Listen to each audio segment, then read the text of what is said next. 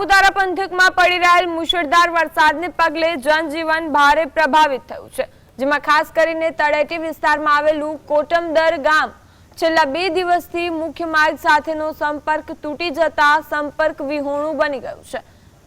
કોટમદરથી જાખાનાને જોડતા કોઝવે પર કોતરના ધસમસતા પાણી ફરી વળતા વાહન વ્યવહાર સંપૂર્ણપણે થંભી ગયો છે, જેના કારણે ઇમરજન્સી સેવાઓ જેવી કે 108 એમ્બ્યુલન્સ પણ ગામ સુધી પહોંચી શકતી નથી।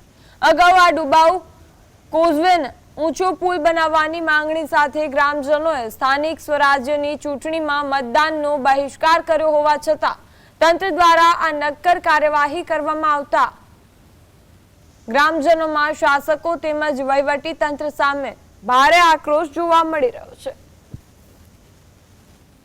ઘણા લોકો જતા છે, પછી શિક્ષક આવે છે, છોકરા લોકો સ્કૂલ જાય છે, એ લોકોની તકલીફ પડે છે। એ છોકરા લોકો બી અહીંયા બી 10 વાગે 11 વાગે સુધી બેસી રહે, પછી રિટર્ન જતા રહે। અને જતા વખતે એ લોકોને કે ત્યાં બસ નહીં મળે, જેમ તેમ કરી પાણી નીકળી જાય ને એ બસ પાસે જાય તો બસ નીકળી જાય, એ લોકો પછી ત્યાંથી જાકાનાથી પાછું રિટર્ન આવે છે। એમ્બ્યુલન્સ આવે, એમ્બ્યુલન્સ બી પેલે સાઈડ જ રહે, એ બી કઈ ઉતરીને પેલે સાઈડ કોઈ બીમાર રહે, કોઈ ડિલિવરી વાળી રહે બહેનો, એ બી એને બી તકલીફ